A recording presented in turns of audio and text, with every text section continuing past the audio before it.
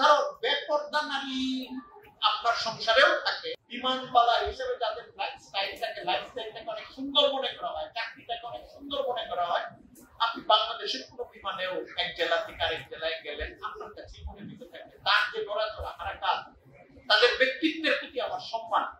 Personally ওই পেশার প্রতি আমি আলাদা আক্রমণ করতে চাচ্ছি না, উদাহরণ দেওয়ার জন্য কথাটা বলতেছি। আপনার কাছে মনে হবে এই জায়গা থেকে যদি আমার বোন হইতো আমি মানতে পারতাম, আমার স্ত্রী হইতো আমার কাছে কষ্ট লাগে।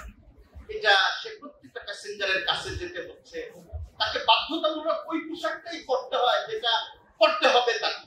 সে যে বলবে যে আপনি হেজাব পরে বিমানবালাগিরি করি, এটা তাকে করতে দেওয়া হবে না, কারণ বিজনেসের স্ট্র্যাটেজি হইলো এটা, তার চেহারাও সুন্দর হইতে হবে, ওইখানে একজন অসুন্দর নারীকে দিতে যাবে না, এবং লম্বা হতে হবে। এটা আমি না জেনে বলছি, আপনি খোঁজ নিয়ে দেখবেন যে জায়গায় প্রদর্শনটা একটা বড় ব্যাপার থাকে, বাণিজ্যায়নটা একটা বড় ব্যাপার থাকে, ওই জায়গায় এই শর্তগুলো পূরণ করে এই চাকরিটা পেতে হয়।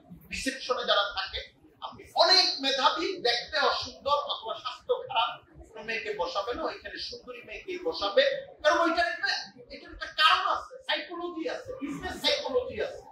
তো এই যে জিনিসটা, এটা আমরা বুঝি, যদি তারা বুঝে না, তারা বুঝে, বুঝার পরে এই কাজটা তারা কেন করে, তারা তো এমনি বলে নারীর স্বাধীনতা দরকার, অপর দিক থেকে নারীকে ধোঁকা দিতে থাকে, নারীকে ব্যবহার করতে থাকে, নারীকে পণ্য হিসাবে ব্যবহার করে, নারীকে ছোট করে, নারী নিজেই তার সঙ্গে প্র্যাকটিস হয়ে যেতে থাকে।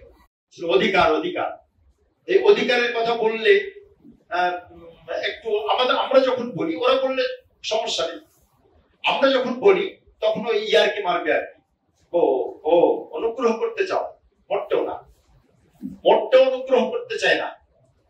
নারীর অধিকার দেওয়ার যে আওয়াজ আমরা তুলেছি, এটা তাদের প্রতি কৃপা নয়, এটা তাদের প্রতি অনুগ্রহ নয়, এটা তাদের প্রকৃত পাওনা, এটা তাদের আত্মসম্ভ্রম, এটা তাদের মর্যাদা রক্ষার একটা প্রচেষ্টা। আল্লাহ তাআলা সমস্ত জায়গায় নারীকে অতুলনীয় মর্যাদা দিয়ে প্রতিষ্ঠিত করেছেন। এবং মাওলানা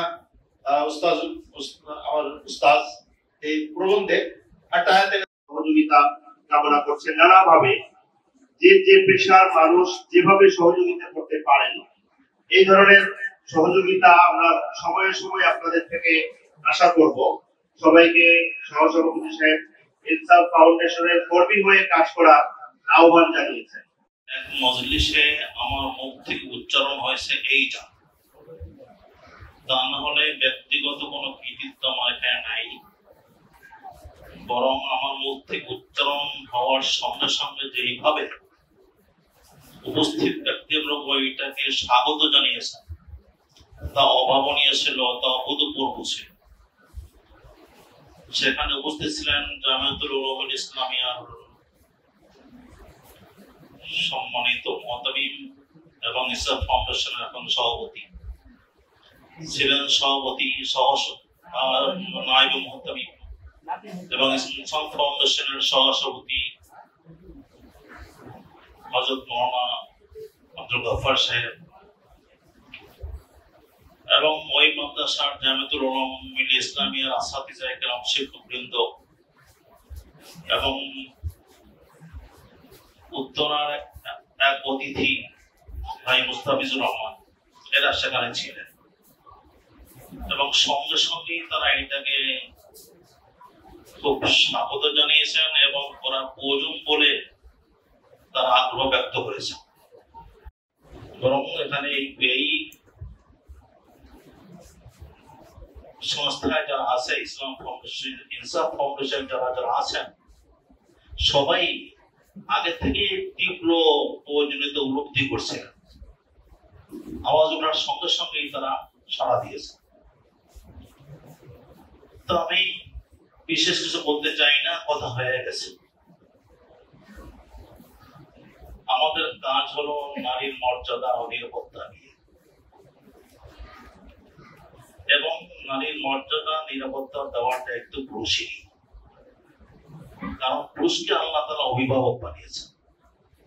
আমাদের ঘরে যেন নারী তার প্রাপ্য ইজ্জত পায়, সেজন্য নিরাপত্তা পায়। আমি যদি তাকে ইজ্জত দিতে জানি, তাকে নিরাপত্তা দিতে পারি, আমার ভাঙ্গা ঘর শান্তির পুষ্পোদ্যান হয়ে যাবে। কেন ঘরে শান্তি হবে না? শান্তি তো আমি নষ্ট করেছি, শান্তি পুরুষ নষ্ট করছে। পুরুষকে আল্লাহ তাআলা বলেছেন বিবাহ করো, তাহলে নারীর কাছ থেকে লিতাসকুনু ইলাইহা, লিতাসকুনু ইলাইহা আল্লাহ বলেছেন। লিতাসকুনু ইলাইহা উলামা বলবে, আল্লাহ বলেছেন লিতাসকুনু ইলাইহা, বিবাহ করলে তুমি তোমার ভূমিকা হবে তার কাছ থেকে স্বস্তি শান্তি লাভ করা। ইলা দিয়ে আল্লাহ বলেছেন যে ভূমিকা শান্তি লাভে স্বস্তি লাভে ভূমিকা তোমার হবে। এক বোঝা দরকার, লিতাসকুনু ইলাইহা, তো ভূমিকা পুরুষের থাকবে। তো আমরা যদি দায়িত্বশীল পুরুষ হতে পারি ইনশাআল্লাহ, কারো ঘরে কোনো।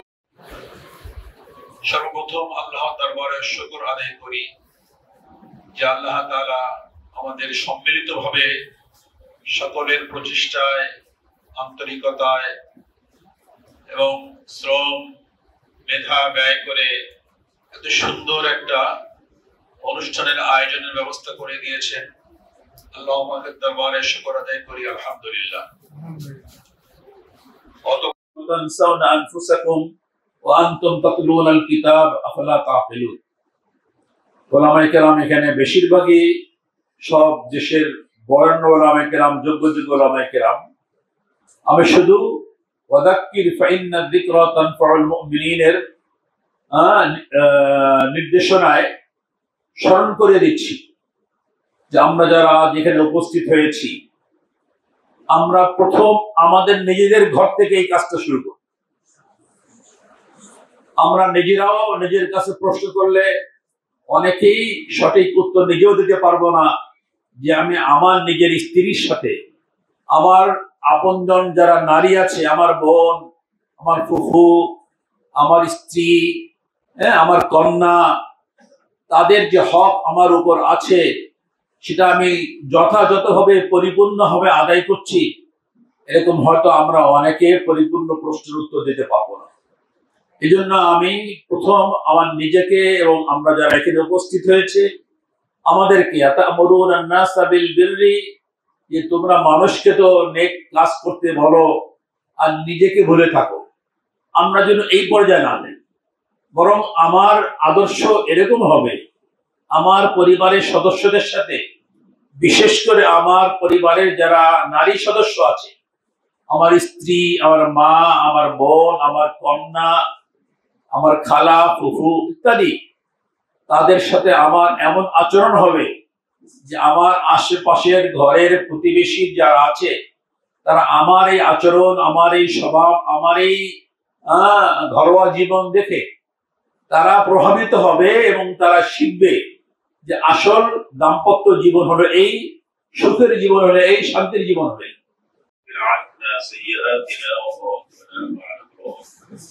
رب ارحمهما كما ربياني صغيرا ربنا هب لنا من ازواجنا وذرياتنا